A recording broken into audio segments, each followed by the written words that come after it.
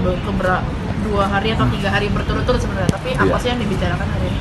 Ya, jadi kedatangan saya ke Kejaksaan Agung ini yang pertama adalah bersilaturahmi dengan ke Kapus Menkum, ke Jamtimil, sekaligus juga kami berkoordinasi atas implementasi yang pertama Perpres 66 tahun 2005 tentang perlindungan terhadap jaksa, dan bagaimana perbantuan TNI dan mereka pengamanan kejaksaan, ya. Dan artinya kita terus berkoordinasi antara TNI untuk dalam rangka pengamanan di Kajati dan Kajari. Terus yang kedua, kami juga datang ke sini menyikapi adanya pernyataan dari tersangka Marcella Santoso yang tersangka beberapa kasus, gitu ya, yang kemarin sudah sempat dirilis satu press conference dengan Kejaksaan Agung. Artinya ada pernyataan bahwa dia terlibat dalam memberikan konten-konten negatif, narasi negatif tentang petisi RUU TNI dan Indonesia Gelap. Gitu ya. Nah, jadi kami pengen tahu hasil pendalaman dari Kejaksaan Agung sendiri sampai mana, artinya yang berkaitan dengan petisi RUU TNI. Siapa saja yang terlibat hasil pendalaman dari Kejaksaan Agung ini, dari Marcella Santoso ini. Dan memang sudah ada beberapa data yang nanti perlu ditindaklanjuti lagi oleh Kejaksaan Agung dalam penyidikan lebih lanjut. Adanya aliran dana kepada buzzer misalnya, ya, kemudian kepada LSM tertentu, kepada yayasan dan orang-orang tertentu. Jadi dia sudah mengakui adanya aliran dana 500 juta, 2 juta US dollar kepada orang tertentu yang nanti perlu didalami. Ini kan baru pernyataan sepihak dari MS, ya, artinya kita perlu mendalami lagi.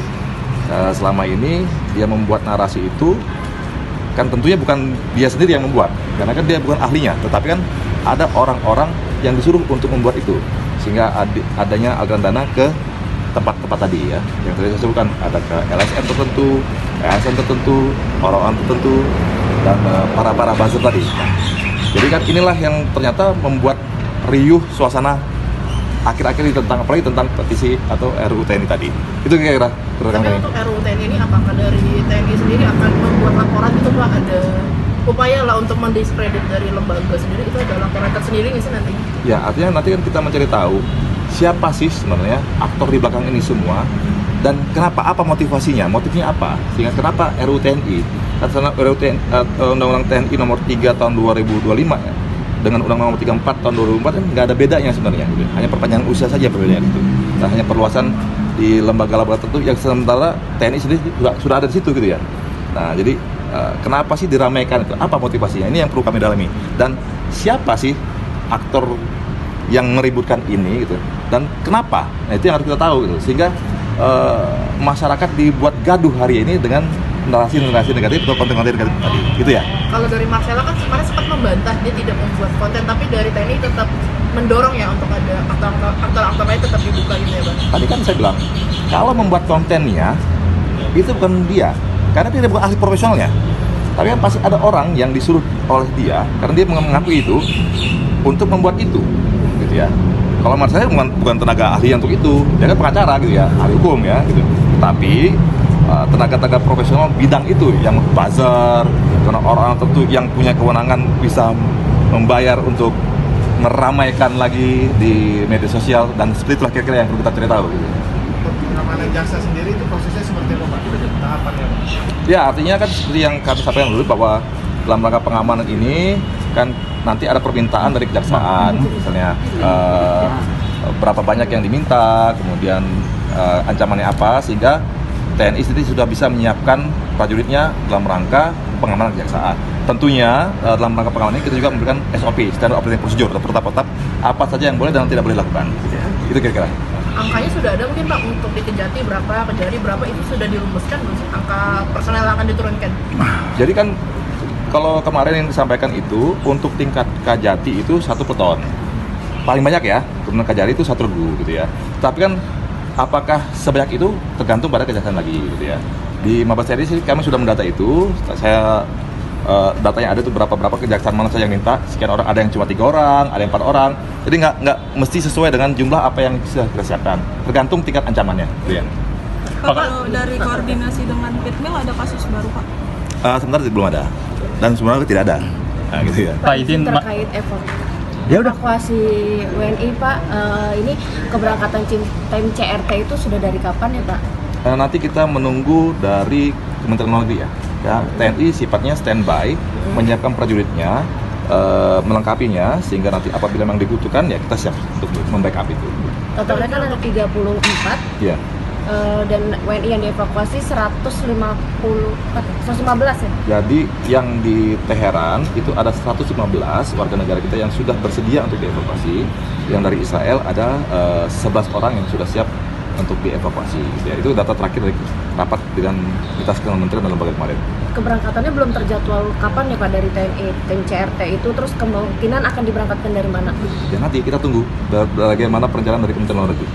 Artinya prosesnya masih menunggu Pak ya untuk evakuasi, apakah jalur darat atau jalur udara atau seperti apa Pak? Yang jelas kan sesuai dengan pernyataan Kementerian Luar Negeri bahwa evakuasi hanya bisa dilakukan lewat darat.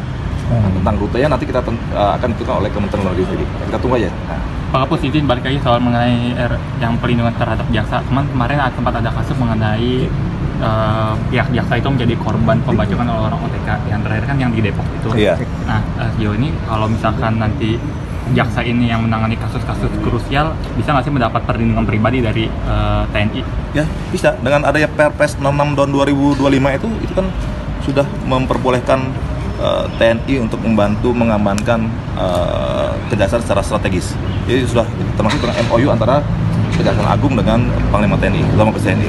Jadi tapi mas secara personal berarti boleh ya, sampai misalnya anggaplah pulang dari sini sampai ke rumah ditemani TNI Bisa. boleh? Kalau memang terlihat ada ancaman itu karena mengenai kasus tertentu ya pasti kita amankan. Oke, tadi kita sudah melihat bagaimana dan apa alasan Jenderal TNI mendatangi kantor Kejaksaan Agung, dan ternyata dia tadi sudah menjelaskan di video dan kepada kita semuanya bahwasan tujuannya yang pertama untuk menanyakan informasi terkait masalah yang beredar di masyarakat, yang dipermasalahkan masyarakat tentang undang-undang TNI yang telah diubah, dan banyak sekali